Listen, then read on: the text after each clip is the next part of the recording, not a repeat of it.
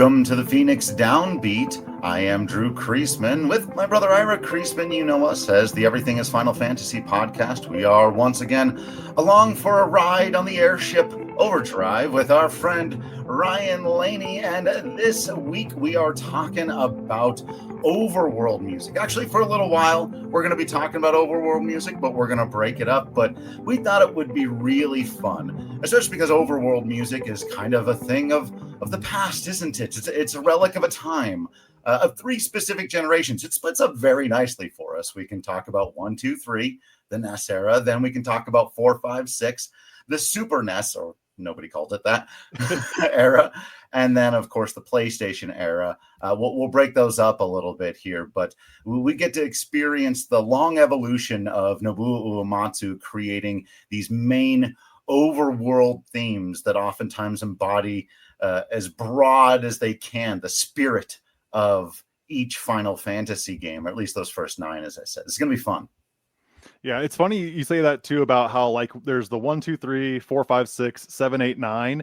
I once heard or I read a very heated online debate about whether 10 had an overworld theme, and someone was adamant that the sound that or the song that plays when you're in the airship choosing your destination, they were like, that's an overworld theme, but it's also like a 4-second clip that repeats over and over again. So I also do not consider it a proper overworld theme. It's more like menu music in my eyes. Final Fantasy Tactics has menu music overworld theme. Shout out to the new remaster. So excited. But yeah, it's just it's just kind of there, isn't it? So yeah, Ira, do you have any setup thoughts, or should we listen to Overworld 1? Let's get to it. Yeah. Of one thing I want to jump in is that as we're going through some of these, someday I'm sure we'll do an episode on this about how Nobuo Uematsu can make some really beautiful but simple melodies on paper, where it's just like quarter notes and half notes, which for the non-musically inclined, it's basically just one note per beat or one note per 2 beats. It's not very complicated rhythm stuff, but a lot of what we see today, it's going to be based on these beautiful soaring rhythms that are really not complicated at all, and it's either just the construction of how they're made and or the stuff around it, the harmony, the bass parts, whatever else that's working around it that still makes it sound just really, really good. So I was listening to these songs today, kind of listener, make a mental note of that and just realize how simple some of these melodies are on paper.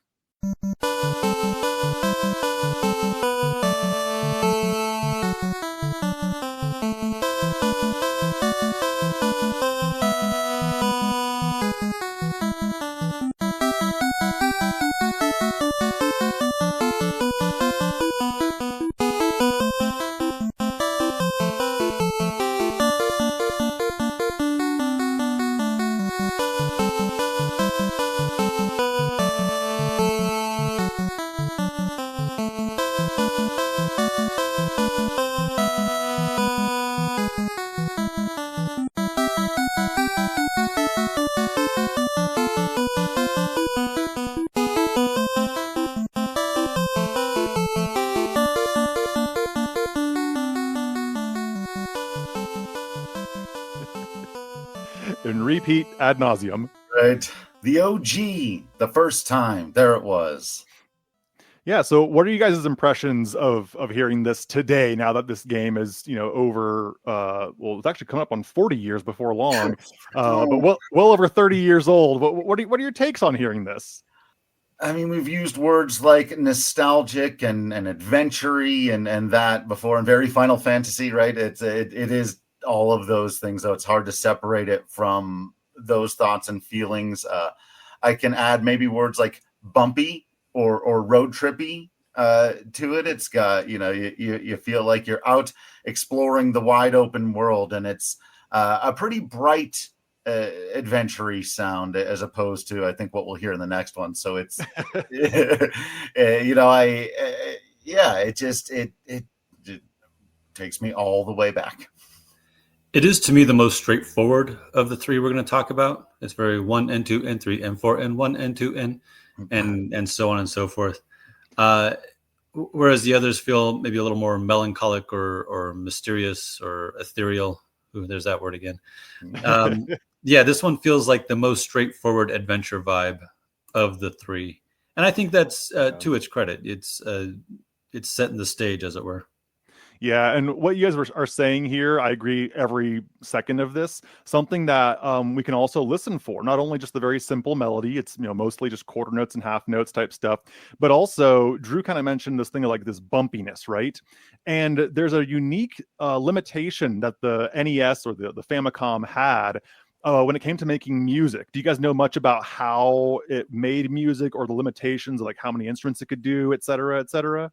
Nope. Very, very little. Like you mentioned 8-bit theory a few episodes ago, I think, and I listened to some of those back in the day and retained about as much as the Japanese from college that I Well, basically, to give the simplest version of it, is the NES was very, very limited on how many sounds it can make at the same time. That's why if you're playing like the Mario Brothers games, when you get a power up, the music just stops for a half a second while you're getting the kind of effect, and then it jumps right back in. And when you talk about that bumpy thing, this is actually a really good point I was going to bring up. You guys are great at like leading me into these musical concepts without even realizing it. Is that they do this thing that in music theory or music history is called Alberti bass, where today, having full capabilities of things that we would do, you can easily play more than one sound. I'm going to play some on the piano here with my wonderful 8-bit synthy sound. And I'm playing 3 notes at the same time, in this case to make a G major triad.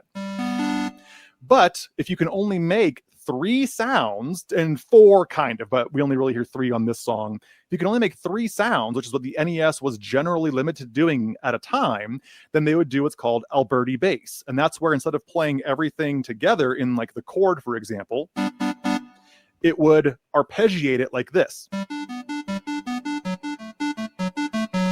In some way, so that it was never playing more than one. But your ear, because they're basically arpeggios, your ear will take that and it'll go, oh, it sounds like a chord, even though it's not actually a chord at the same time. You still internalize it as, oh, that sounds like, and then whatever the melody over it playing is, it's only one other voice. And so you could play this song only playing 2 notes at any given time separately and still have your nice bass harmony part and your actual melody.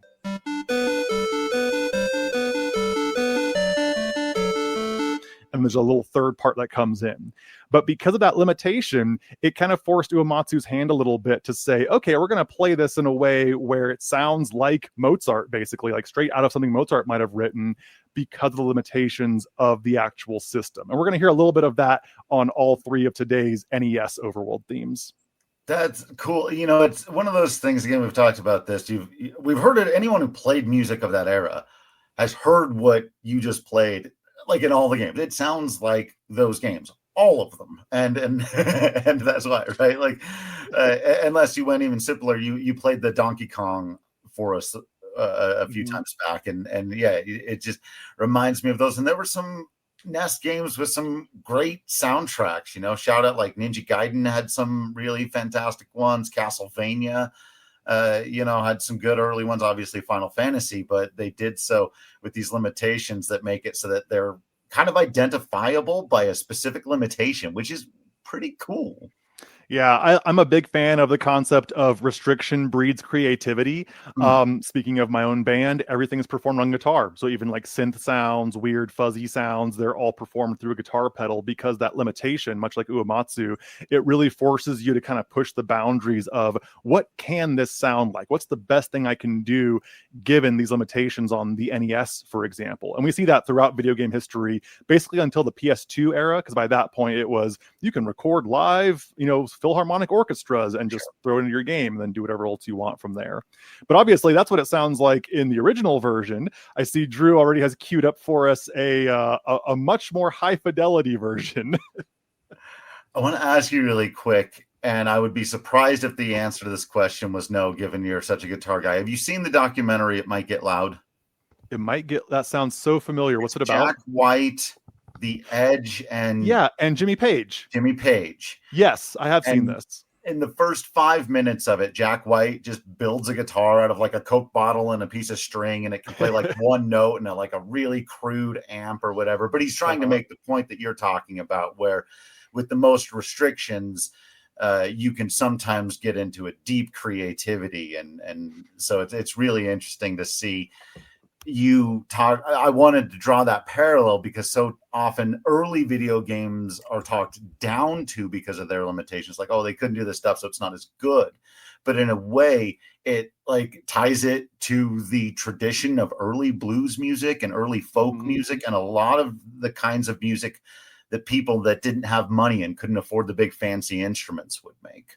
Yeah, for the listeners and for the Kreisman brothers here, look up an instrument called the diddley bow, not to be confused with Bo Diddley, an artist from the 50s, but there's an instrument called the diddley bow, and it's basically what Drew just described, where it's one string, kind of taut across whatever surface or wood or metal thing you have.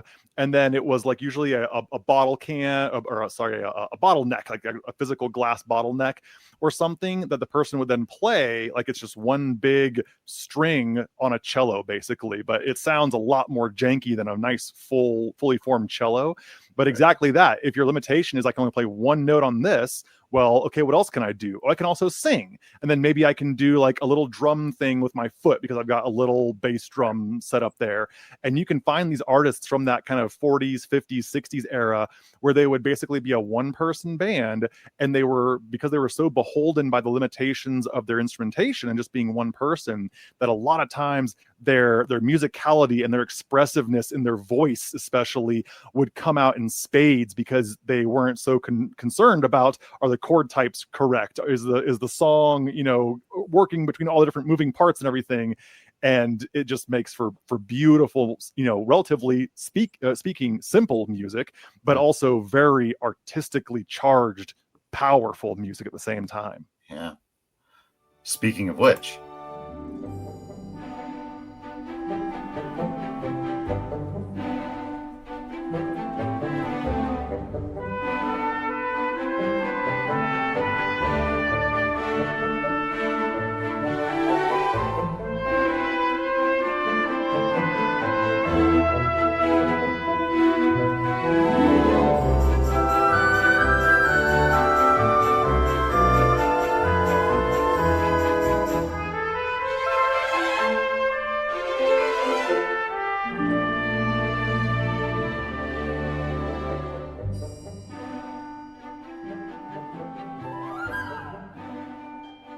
I love it. It's so good. Oh, all those extra little frills and strings and flute things, they do add a ton to not completely undercut the point I was just making about limitations.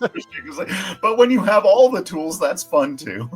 Yeah, in that last part there, in those last like 4 to 6 measures, you hear probably 3 or 4 different textural changes. If you're not sure what that means in music, it's like a textural change is when the instrumentation or the ranges of the instrument they're playing in, or the articulations, there's something where you might be hearing the same notes as what was just played before as a progression moving forward, but the way that they are presented is very different. So we heard like these little harp runs, we heard these little woodwind flourishes, we heard this nice string swell where it's kind of like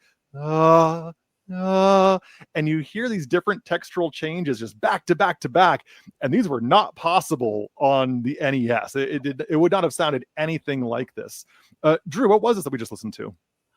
So this is a bit from one of the oldest orchestrations I ever recall hearing, like full orchestrations of Final Fantasy music. And I heard it from an album that I believe my brother got me for a birthday or a Christmas one year, we always call it 20202220, which is the technical name. We wanted to do it as fast as we can. That was the date. It was in 2002 on, whatever, February 20th, I guess it would be. If I did that right, 0220.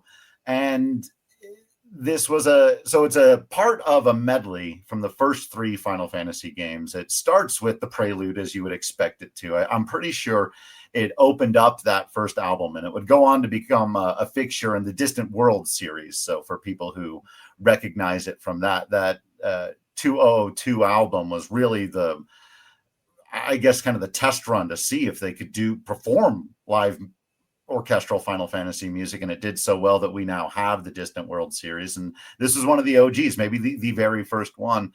And it goes right into that orchestral arrangement of this piece of music that up until then, people like us had only heard in the bleepy bloopy style, which again, I don't have negative feelings toward it all, but it was really, really cool to hear it all grown up. Yeah, I'm pretty sure I ordered my first few Final Fantasy CDs from the back of a magazine, like Nintendo Power or something like that. Mm-hmm. I'm not sure the 2002 0220 was one of them, but yeah, I really enjoyed this music so much that I tried to find ways to get it, other than just putting the tape recorder up to the TV and pressing record. Yeah. And I like the flourishes, a little extra introductions between the main melody bits. I think it's really nice. Did you by chance, Ira, when you got those CDs from Nintendo Power, did you have the Diddy Kong Racing CD that was shaped like Diddy's face? I did not know. So wow. look this up, listener. There was one of those CDs you could buy from, I believe, Nintendo Power. I'm almost positive it was only through them. And there was a CD of the Diddy Kong Racing soundtrack, but it was in the shape of Diddy's face, which is obviously not a perfect circle. And so as a result, there were actually issues with people putting them in certain CD players, primarily like disk drive types that would just kind of take it and then spit it back out. And it was getting jammed inside them. And so if you ever see one of those, it's a somewhat collector's item these days of like, oh yeah, the Diddy Kong face that no one will ever print again because it destroys some CD players. Amazing. The 90s were a hell of a decade. Yes, they were. But yeah, this song is fantastic. Much like the stuff we looked at last time when we're talking about the what was it? The town theme. We were talking about town themes a while ago, and he does something here. Nobuo Uematsu does something here that's very similar to that Final Fantasy I town theme, where it's mostly kind of like the same melody, basically 3.5 times, 2.5 times through, primarily in a very straightforward key, some secondary dominance, nothing too crazy. But at the very end, we have this turnaround that goes A minor, F major, B flat major, D major, and then back to our home key of G, which for those of us, I'm not going to get too deep into the weeds on the theory of it right now, but for those of us who remember our discussion last time, it's a very, very similar callback to that progression that sounds like the victory theme, because we end it with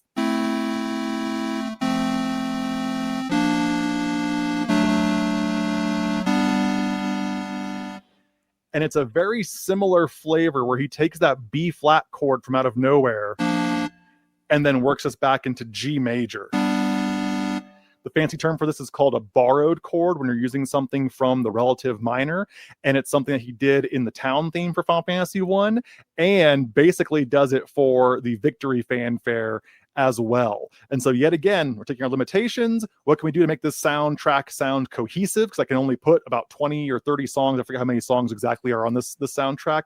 How can we make them all sound like they're still working together? They're still part of the same game. And that simple little trick of doing that 1 or 2 borrowed chord at the end of the loop, going back into the start, wouldn't you know it, he's a genius, and he knew that would be a simple way to make the game sound complete, like all the songs are working together with each other. That's amazing. I love it. Yeah. Anything else you guys have on this one? It's a pretty straightforward one, isn't it? It is, yeah. I think the one last point I want to make, and this gives me an opportunity to bring in an extra piece of music to throw at you. And if I'm missing on similarities here, hit me with it. But the other thing is, quick editor's note, if you're listening on YouTube, there's a chance that either this piece or pieces in the future had to get edited out of the YouTube version of it because of certain monetization rules. So I'll either encourage you to go listen to some of these pieces of music on your own during these parts of the show, or you can just subscribe to the Patreon page for just $1 a month, and you can hear these episodes with all of the music in them. I think this establishes what we might think of as the Final Fantasy or even the Nobuo Uematsu feel or home base in many ways, right? This is a kind of feel he will continue to elaborate on. I think other overworlds that we'll talk about are going to feel similar. Some are going to feel, I think, purposefully contrasting to it. But it also reminds me of somebody else who has a similar home base, who we've name-checked before. His name is Joe Hisaishi of Studio Ghibli. And I would like to play a piece of music.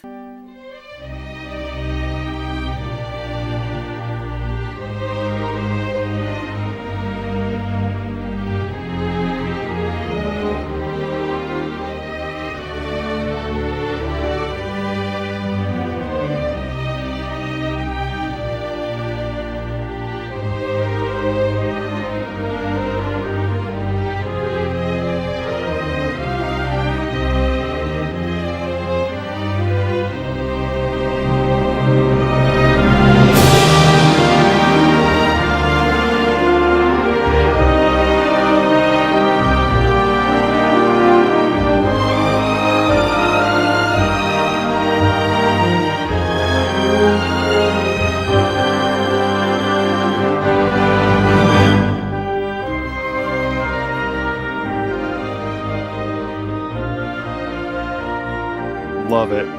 Oh, I love it. Oh, you're muted. You are muted, sir. we're professionals around here. I meant to do that, and I'm leaving all of it in.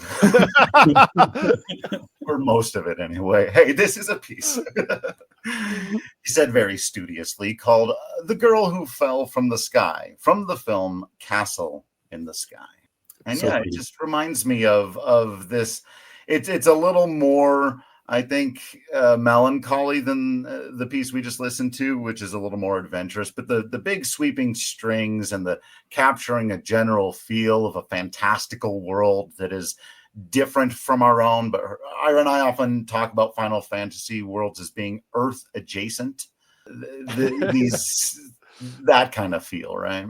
Yeah, not quite medieval, not quite futuristic, not quite, feudal Japan. It's like this weird amalgamation of all the above, plus some fantasy thrown in, obviously. Yeah. Would either of you say that there is the capacity outside of video games for overworld music?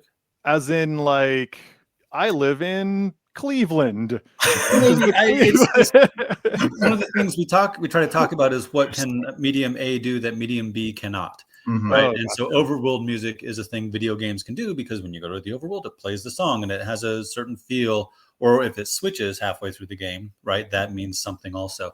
But movies don't really do that. And so I'm wondering, or to my mind, they don't really do that. So I'm wondering if either of you can think if there's a movie or a suite of movies, a set of movies that have, because character themes, you can think of Danny Elfman's Batman theme, right?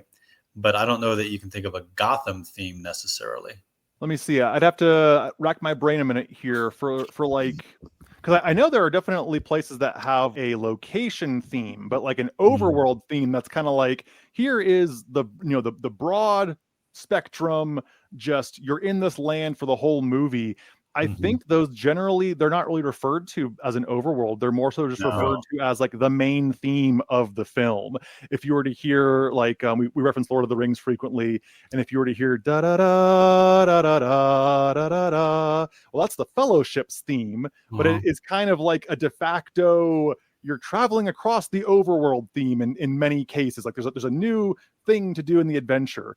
That's actually a really good question that I don't have a solid answer to, because I just think it's not quite the same thing. It's like in movies, it's usually, like you said, it's a character that has a theme, or there's, like, in Star Wars, there will be like just a thing, like the Force has a theme, for example. Right. Or like when you're on, Planet Hoth, there are certain themes that you hear frequently. But as far as like the equivalent to an overworld theme, that's a tough correlation, because there's not really the same thing in movies, are there? Yeah, they wouldn't need it, but that's why that's just one of the things I tend to think about is, what does this do that doesn't? And yeah. So my thought was, there are some television shows that have main themes that they will use throughout and readapt and repurpose in certain ways. But I've got one that I think is the closest. Without thinking too hard about it, I think Game of Thrones has an overworld theme. And in fact, it's the piece of music that most people know from Game of Thrones. It's the title card, but it kind of does represent all of Westeros, where a lot of different places. What Winterfell has its own theme, a very pronounced theme. It's also kind of the theme of the Starks, but it's the theme of Winterfell for sure. All the different places have one, but that main theme that plays tends to only be during the opening, during the end credits, or when they're out traveling on the open road. Yeah. Is it the one? Is it this one? Yeah. And then there's some other theme to it. But right. yeah, that is like the theme. Would you call it an overworld theme? No, but I think I think it's the closest that we've got. That's the best I could come up with. What a great series! All 6 seasons, I tell you guys, all 6 seasons. All 6 seasons. It's a fantastic series. And before we move on, believe it or not, from Final Fantasy 1, I do always love when we get an opportunity to do this, and I blew one earlier, and we haven't talked about any Final Fantasy 16 music yet. But I love that this piece of the very first overworld music that we ever heard in Final Fantasy comes back again in one of the very last dungeons. Slight spoilers for Final Fantasy 16 here. I'm not going to tell you anything. If you've played a Final Fantasy game before, you know what an end game dungeon, the apocalypse is on the horizon. Realities are combining, whatever happening at the time. Unless you've only played Final Fantasy 12, in which case it is 3 rooms and a boss. Oh, poor Final Fantasy 12. Shots fired out here. But I also love the way that Soken brings back a lot of old melodies. And this in particular, when Ira and I heard it, because we played 16 together, it was just like, what is happening right now? So here's a piece called Death Shall Me Devour.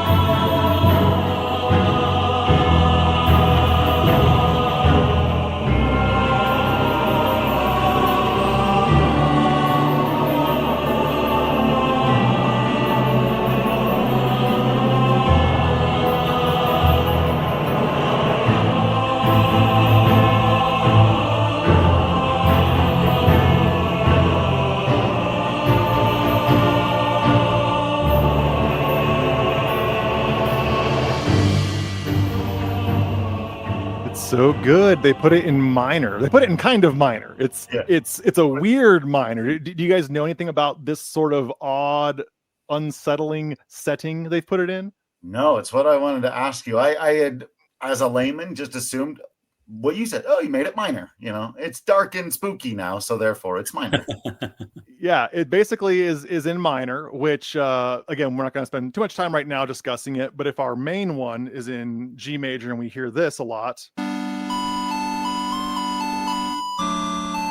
right? If we just simply translate that to the parallel minor, not relative minor, but parallel minor of G minor, we'll instead get this.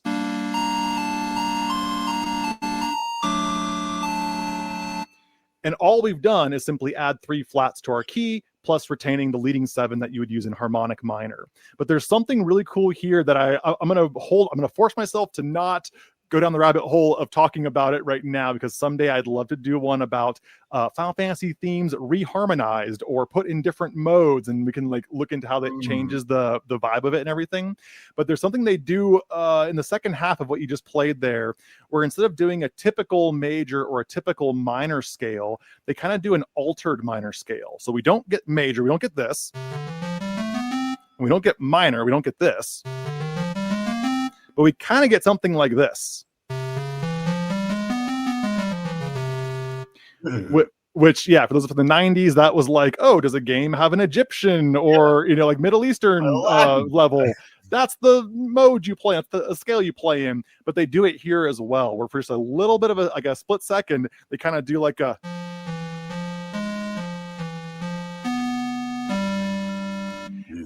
And all they're doing is just literally putting it in that different mode, plus some other unique stuff. I don't want to downplay it like it's simple what they're doing, because there's some very, very unique things happening there.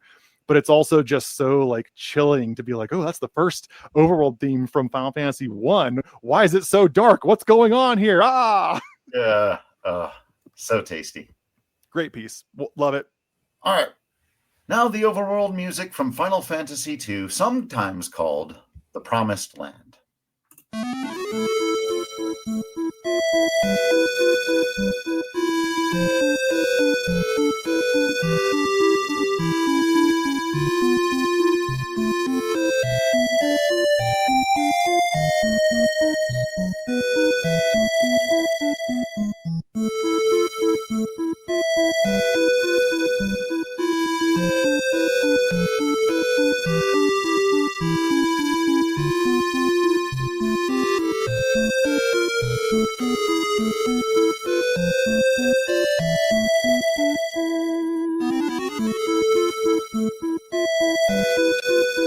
Ooh. Yeah. Spooky. Not as bright or optimistic as the first one. Yeah, it's really almost like dour. And this is gonna I'll discuss very briefly kind of the plot of Final Fantasy 2 without trying to spoil much if you guys haven't played it at home, those of you listening. But when I think about Final Fantasy 2 and the overarching storyline, it doesn't really have the typical kind of like ups and downs. We're working towards this goal and then the day is saved.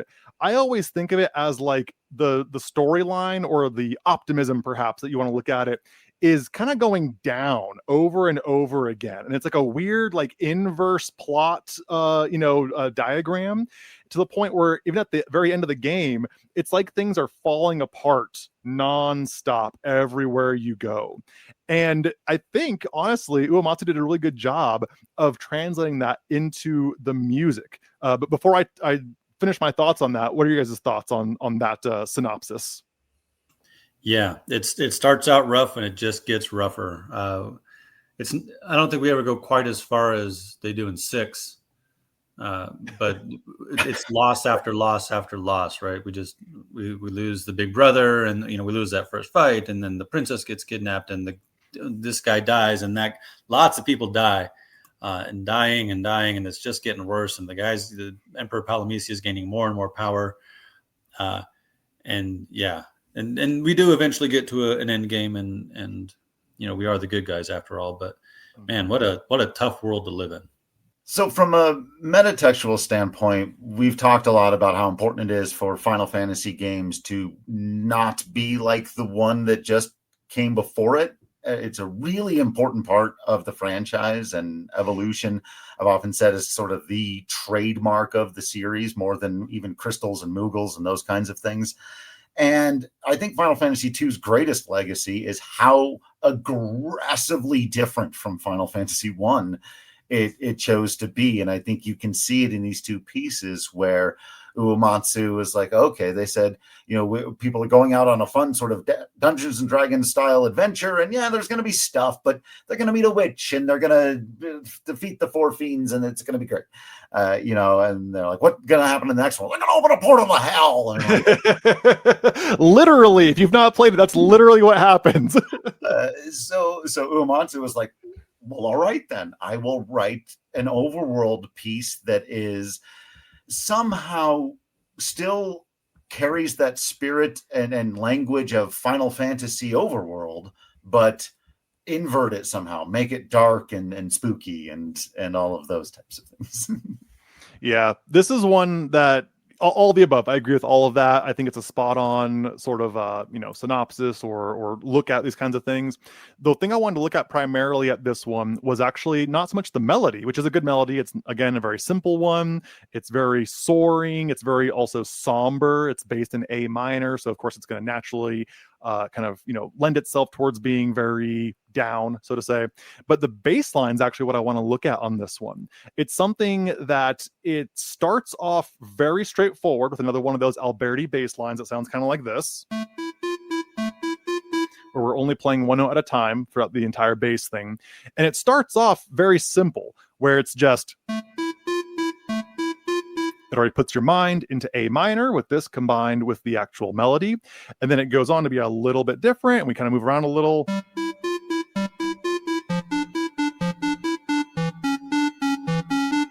And so far, there's nothing really weird about that. That's a very standard Alberti bass line that you might hear on like a Cherubini, piano sonata or something by Vivaldi, for example. But as we keep going, we start hearing these things that are just a little more out there.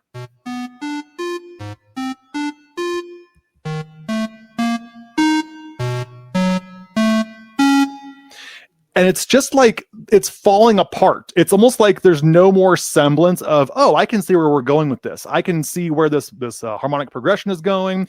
I can see where the melody is going. It just kind of rambles. It does eventually, halfway through that loop, it does get back to our basic. But then just a few bars later, it falls apart again. And then the melody starts having more accidentals in it. So it's less stable in A minor, instead of having this nice soaring.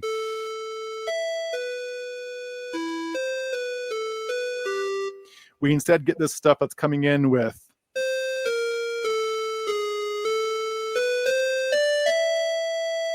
And it's just kind of like taking you by the shoulders and just sort of like nudging you one way or another.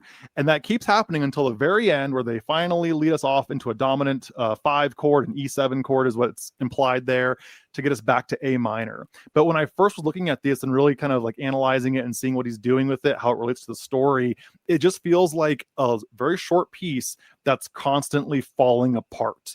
And that's so clever because the plot is doing, in many ways, the same thing. As Ira said, things go from bad to worse, and things just feel like they're constantly falling apart, which is so cool. So I have another bonus piece version of this pulled up for us to listen to that requires a little bit of setup and explanation of long before 2002020. I don't know where Ira found these specialty albums. Again, probably in the back of a magazine. Do you know where you got this one? I'm fairly certain this was, back of Nintendo Power. We had another album that we'll have to talk about at some point, the Final Fantasy IV Celtic Moon.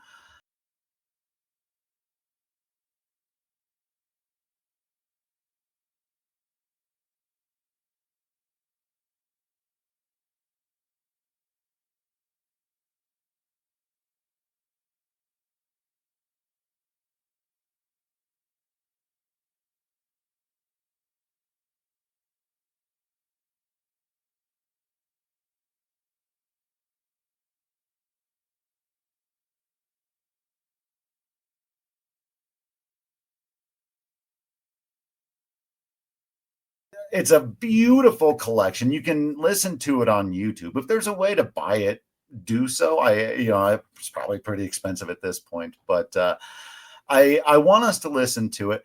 And then I guess I've got a question for you that you can answer maybe on the other side of listening to a bit of it, but which is, it's interesting to take a piece that was purposefully without lyrics and put lyrics to it.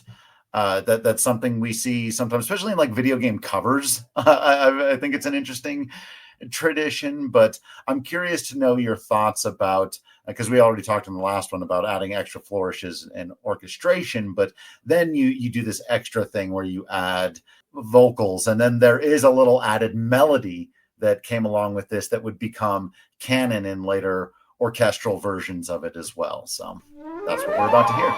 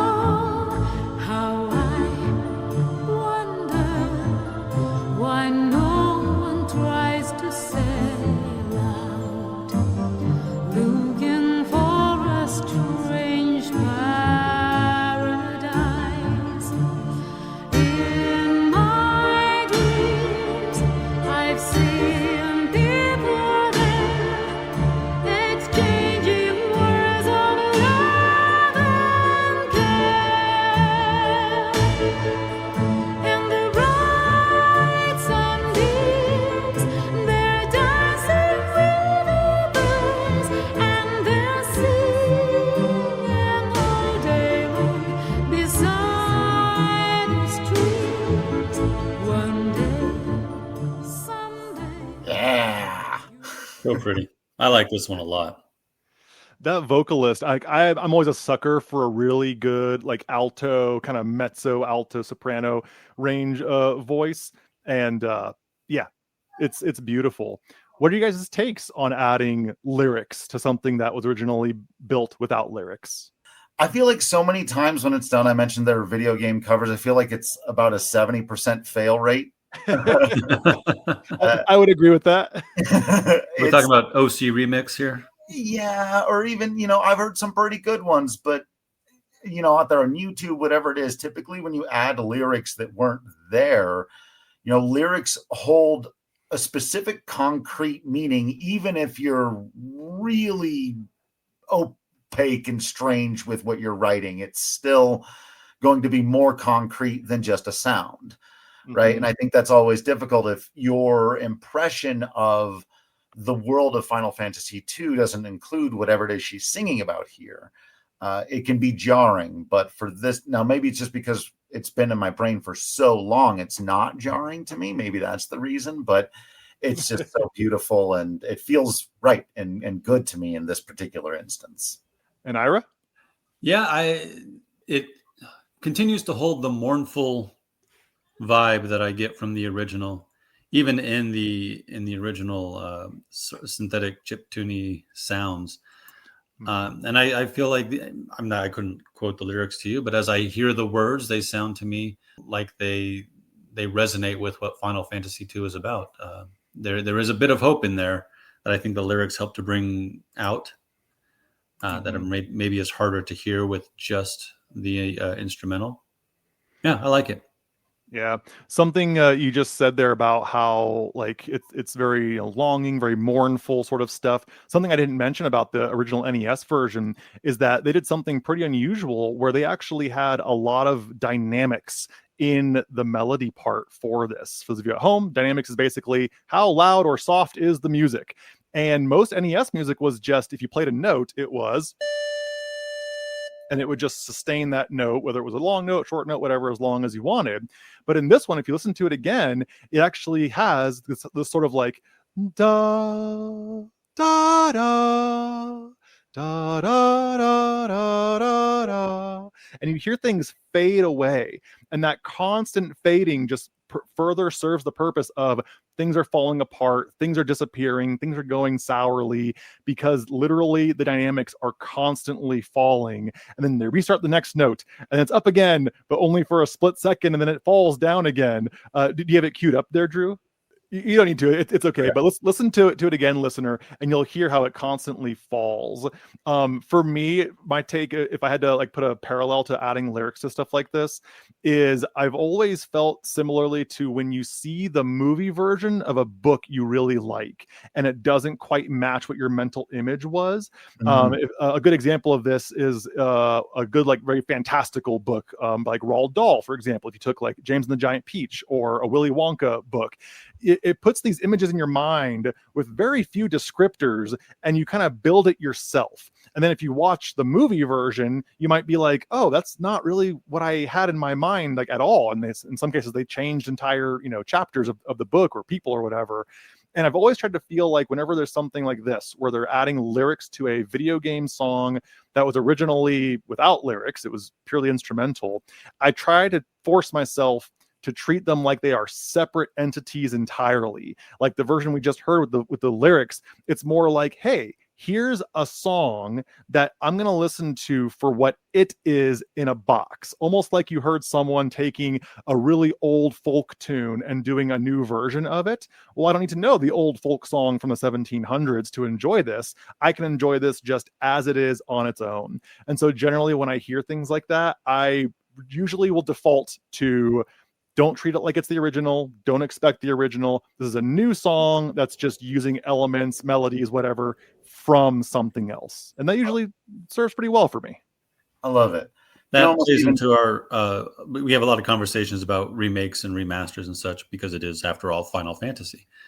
So yeah, you're going to, I like that. I often say that I want to take a piece of art or whatever it is, a game, a movie, a book, for what it is first, and then try to understand it in a broader context later. So yeah, I like that attitude a lot. I love that in hip hop, they've just established a tradition that sampling is a part of what they do. And it's okay to bring back old pieces of music, make it part of your music, make it the foundation of your piece of music. You can take that blue song that was randomly super popular when we were in school and have a mega hit. And everyone's like, all right, fine. And like in other places, we get so hoity-toity about it. But Are you talking about the Eiffel 65? Yeah. I'm Blued Out. That's so weird you say that. Literally 2 nights ago, I watched the Vice video about the production of that exact song. Yeah, I saw that thing too. It's pretty good. But yeah, it's pretty good. Before we move on to Final Fantasy 3, which I was going to do, my other optional added piece here, you did cue me up for, because you were talking about how Final Fantasy 2's music sort of feels like it's falling apart a little bit and it's falling off, and the world of Final Fantasy 2 is falling off.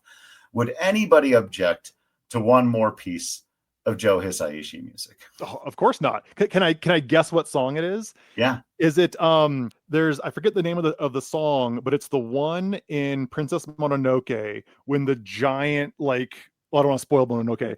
It's where something shows up and things start being real serious near the end. Is it that one?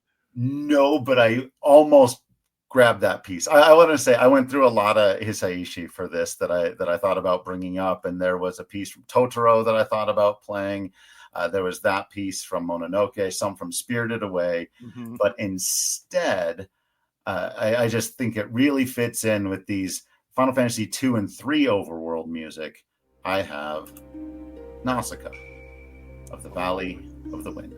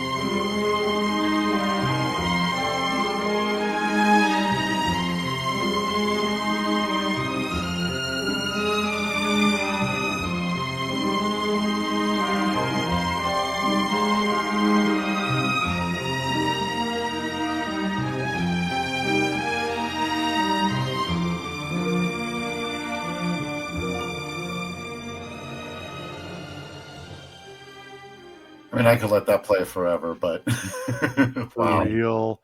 Yeah, people who haven't watched Nausicaa of the Valley of the Wind, go watch it immediately. Not only are you going to see a fantastic film, but you're also going to see what is very likely the inspiration for Chocobos. Right? Yeah. And airships, and there's a lot of Final Fantasy in Nausicaa. Yeah, I have film, a question. Yeah. So it's a musical question. Sorry. So there's whomever's playing the piano. I assume Mr. Hisaishi. It is usually there's an obvious Joe. Yeah, there's obvious 1, 2, 3, 4, and the clacky noises on the 4. I'm pretty sure, but he's not always playing the piano in time. Is there a name for that? I assume it's a jazzy thing, and there is. I mentioned it on some recent episode. We talked about it very briefly. It's called rubato. Rubato is when you're playing something out of time, and specifically in this case, you would have what a lot of people refer to as Chopin rubato, where like the left hand is staying very in time. It's very metronomic, very, very straightforward, but the right hand's kind of doing its own thing, and it's just going in and out of tempo, however it wants, no matter what the page says. You can be a little late, a little rushed, a little dragged. and it all gets to the end at the same time eventually, right? That's different from pure rubato, where all the parts are kind of flexing and they're moving back and forth. But you actually heard a really spot on thing, Ira, because the background parts are very 1, 2, 3, 4. There's like a clave, or I forget the name. It's like a kokiri. It does sound like the word kokiri from Zelda, like a wood block sort of sound. And those are all very metronomic. But then he's just saying, nope, whoever's conducting, whether it was him or another conductor, keep going 1, 2, 3, 4. Essentially, ignore me, and I'm going to do some flourishy stuff around. So rubato, spelled rubato. That's the fancy word for that. Right on. Oh, man. I really do love that piece of music and have for a very long time. So I'm so happy we're getting to talk about it. And as much as I hate to have to move on from it, I'm really excited to talk about this next piece of music. Yeah, this is my favorite of the 3 we're going to talk about today.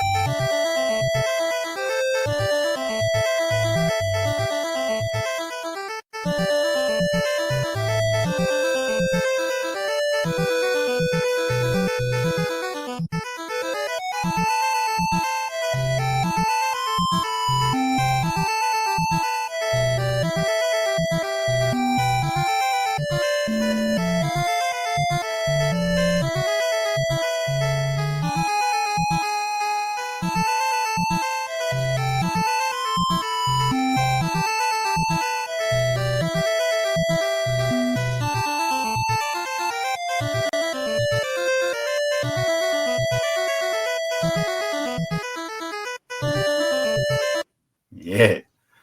Tasty. It's so different. What do you guys think about this one?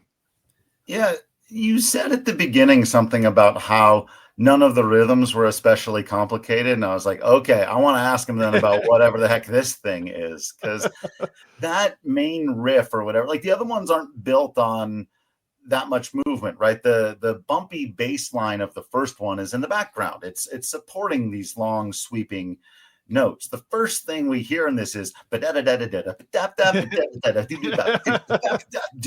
you're like, what? It doesn't, like, even the way it doesn't feel like it would loop satisfyingly, but it does, right? It doesn't feel like it concludes its phrase. Yeah. I already have any thoughts before I break into it? It feels to me like the middle of the dichotomy of 1 and 2. It's not as mournful as 2, but it's not as bouncy as 1. But it's a little bit of both. And this is a world where we start on the floating continent. That's a tiny little bit of a spoiler, right? And the rest of the world is shrouded in mystery and literally and figuratively. And so it feels a little more mysterious. So maybe that's part of the not quite resolving the whatever's going on with the rhyme and meter here. Yeah, it's an interesting start with that little syncopated and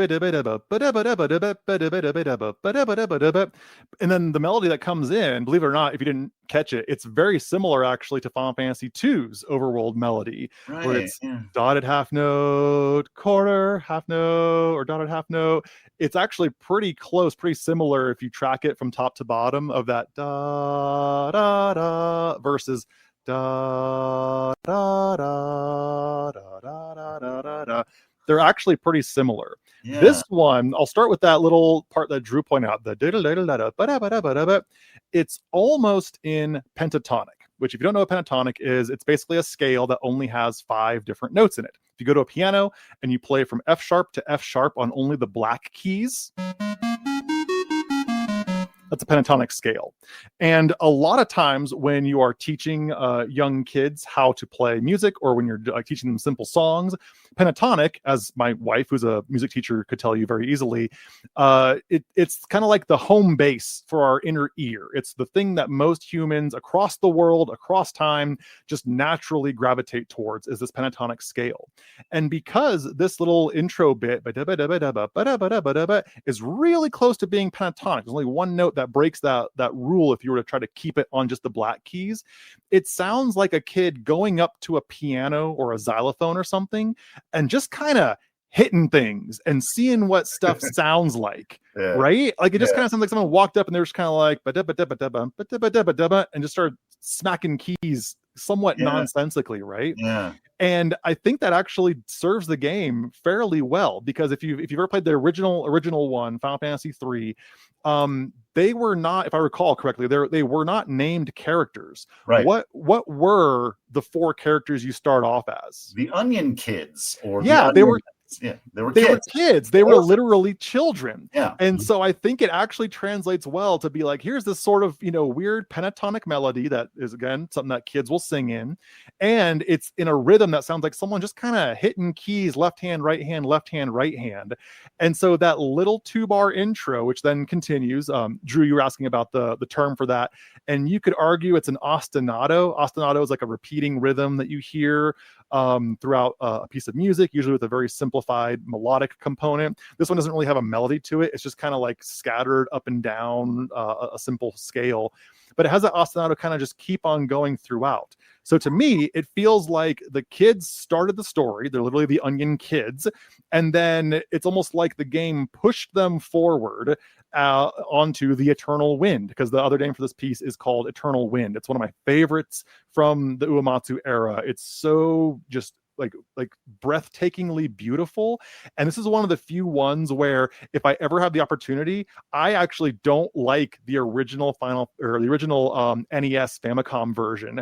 I will almost always listen to the orchestrated version because it sounds like what Uematsu had in his head properly realized. And I honestly almost can't listen to the original version anymore because it just sounds so like, oh, it what could be. Yeah, I tend to agree on this one. It's one of those ones because it feels like it's supposed to be highly intricate, and you really couldn't do that. So I guess it's the counterexample to the point we were making earlier. But I rarely seek out the original for this one. I tend to go for the orchestrated ones, or the other one that I've got pulled up here from Soken again, this time in Final Fantasy 14.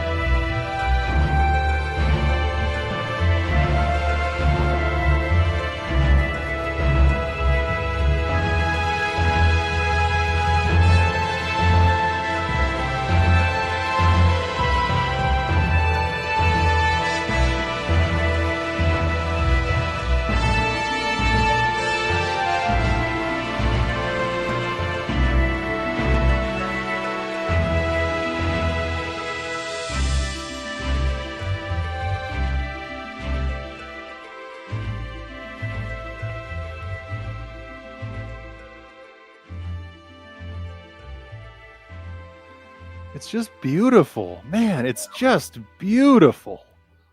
Yeah, it's got all of the things. I feel like in a same way that Final Fantasy again was always evolving and adding. We often talk too about this era from Final Fantasy 3 into 5 and 6, where they started to create their own language. The first 2 games are much more full of Dungeons and Dragons and Star Wars and Lord of the Rings, and there's vampires, and there's a lot more like traditional monsters, traditional storytelling tropes, like that kind of thing. The time you get to the third game, you've got crystals and Moogles and chocobos are introduced, and a dude named Sid, and it's starting to have its own eclectic collection of things. Mm-hmm. And this piece of music feels like Uematsu saying, okay, I'm not just doing like a little bit of a John Williams impression or a little bit of a Joe Hisaishi impression or a little bit of a, like I'm making Nobuo Uematsu Final Fantasy music now. And yeah. Not that he wasn't before, obviously, by definition. I feel like Final Fantasy 3 is where Uematsu did two things. Not only did he really show really good mastery of the hardware limitations he was working with, but he also kind of found his sound for like, what is this thing we're making? What is Final Fantasy? Like what you just said, we're going to have Moogles be a thing. We're going to have someone named Sid. We're going to have sort of this somewhat recurring themes, even though they're all separate and whatnot. And I feel like Uematsu hit that stride at the exact same time where he really understood how to make the most out of the hardware, out of the NES still in this scenario, but also just his songwriting where he wasn't trying to sound like John Williams. He wasn't trying to sound like Mozart. And very soon in the next couple of games, we're going to see him suddenly incorporating things like progressive rock and incorporating opera and other elements into it because he was just kind of like, you know what, this is my sound. It's just a combination of all the things that I like, and they happen to work really well in this series. And 3 is right where we hit that breaking point, I think. Something else for this one is, unlike the other themes we've heard, and honestly, unlike most of anything we've heard in Final Fantasy 1 or 2 up until now, if you remember back in our discussion of Tizanarkand, we talked about this chord called the major 7 chord. I'm going to go back to piano mode on my piano here, and it basically sounds like this, which is a very beautiful, happy, sad, open sound, right? And in Final Fantasy 3, he actually starts this off after the little ostinato, and we start off with an implied C major 7 9 chord. That basically means is the implied harmony that they usually will provide is going to be C major, but our melody starts on the note D, which is not in the chord C major. Which means that if you were to try to relate or try to internalize some sort of actual key structure to this, it'd be very difficult or very unlikely for him to just start off with having the lowered 7th scale degree like this, because that would sound too jazzy, it would sound too tense. And so the implied harmony is a major 7. And if we space that out a little bit to get one of my favorite voicings ever, it just is open. And like Drew kind of spoiled a minute ago, where the game takes place, somewhat spoilers, on a floating continent without you even realizing it for the first good portion of the game. And then it opens up into an even bigger world below. Just that openness is so representative right there at the very beginning, where we hear this implied. And yet it's a very simple melody too, that is also almost exactly pentatonic, because again, kids were the main characters.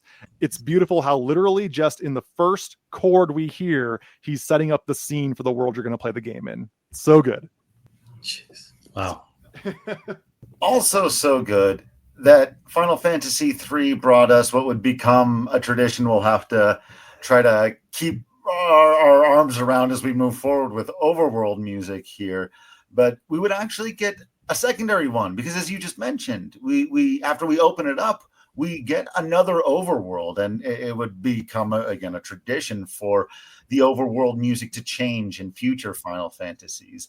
And we get one of my favorite like B-sides, if you can call it that, in the history of like, it's just one that I don't think a lot of people talk about, or it's never been played at a big concert or whatever, but it did get included on that Prey album. And so, because as you mentioned before, I feel similar about this one, the Boundless Ocean or the Boundless Voyage, sometimes it's called.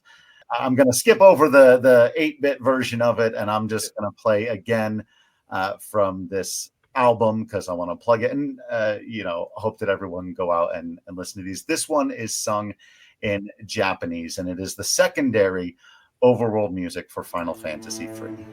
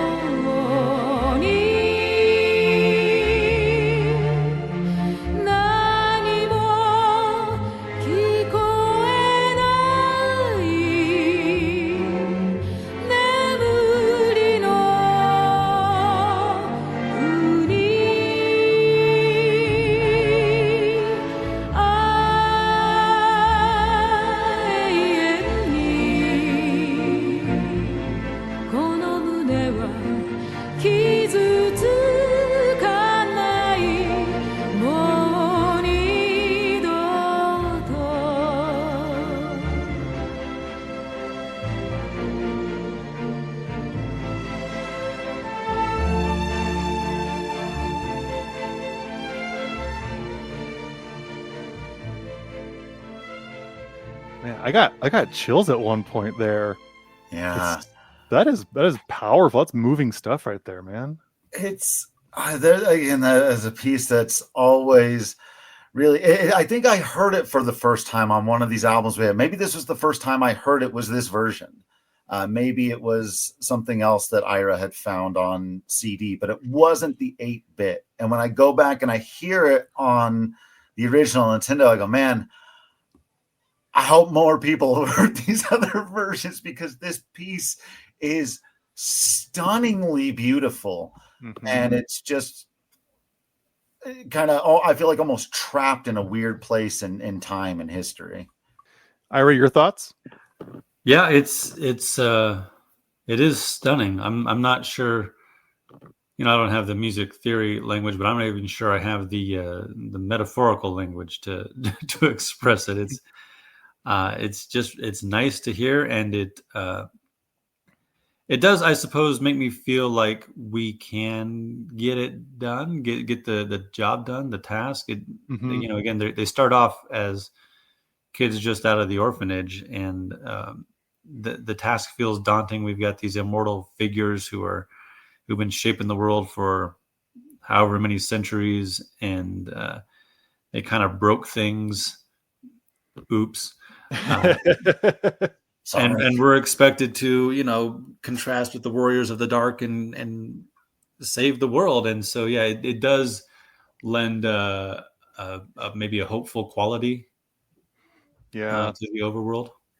Something that's very unique here that Uematsu rarely does, as far as I can remember right now, top of my head, that he does do in this piece is that usually, like we've discussed a few times this episode and previous ones, he likes to do these little turnarounds at the end of the loop of something where it has like an odd, unusual, ear-catching chord progression or a note accidental out of somewhere, and then we get back to the beginning of the loop. And so there's always this little bit of tension to get us back. In this one, there was somewhere around the middle area of the portion that Drew played for us where it actually ends on the tonic, and it just kind of sustains that root note for a good 2 bars or so, and then loops over. And what Ira just said is a perfect example of this, where it sounds like very resolute, very here we are, we're in the place we need to be, and then go forward. And there's less of a, we have to keep going forward. We have to find something new. We have this tension of whatever's next. And it's more like, oh no, we're just here now. This is the place. And another song that I'm sure more people listening right now have heard before, I believe it's called Someday the Dream Will End. It's from Final Fantasy X, and it's what plays in, I won't spoil anything, it plays near the end of the game in one large area, almost on loop, without even breaking during the battle sections. And it has this very similar feeling where you're hearing a melody you've heard before. I won't say which one it is because it might spoil some story stuff. It's not to Xanarkin though, but it plays a very similar theme, a very memorable one you've heard before in that game. But it sets it in a way where it just sounds like this is the end game. We are at the end. We have our resolve. We have our actual true purpose figured out now. And now we're just going. And I will highly recommend for the listeners, listen to that one that Drew just played for us, and then listen to Someday the Dream Will End. It has different translated titles sometimes, but listen to it, find it, and I think you'll get a very, very similar atmosphere and a similar sense of resolve, like Ira said, with that song as this one. It's breathtaking, man. It's just so good. It's just so good. That's it for this episode. Thanks for listening, and thank you to everyone who's reached out to us. Feel free to let us know what we missed, got wrong, or should have mentioned, plus any questions you may have or any piece you would like to hear in the future down in the comments.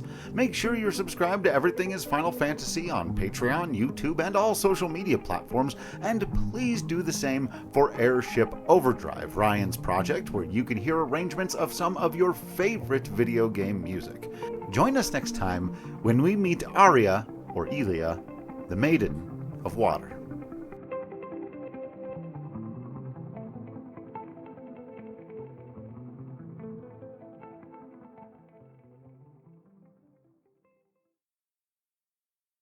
No, take your time. No rush. No, it's okay. I had it. Very professional. Wrong. No, we're doing great. You know what? I'm going to keep hitting the wrong button too, over and over again. I'm going to keep trying to add a person, not a screen, to it, because that's helping. Okay. Here we go.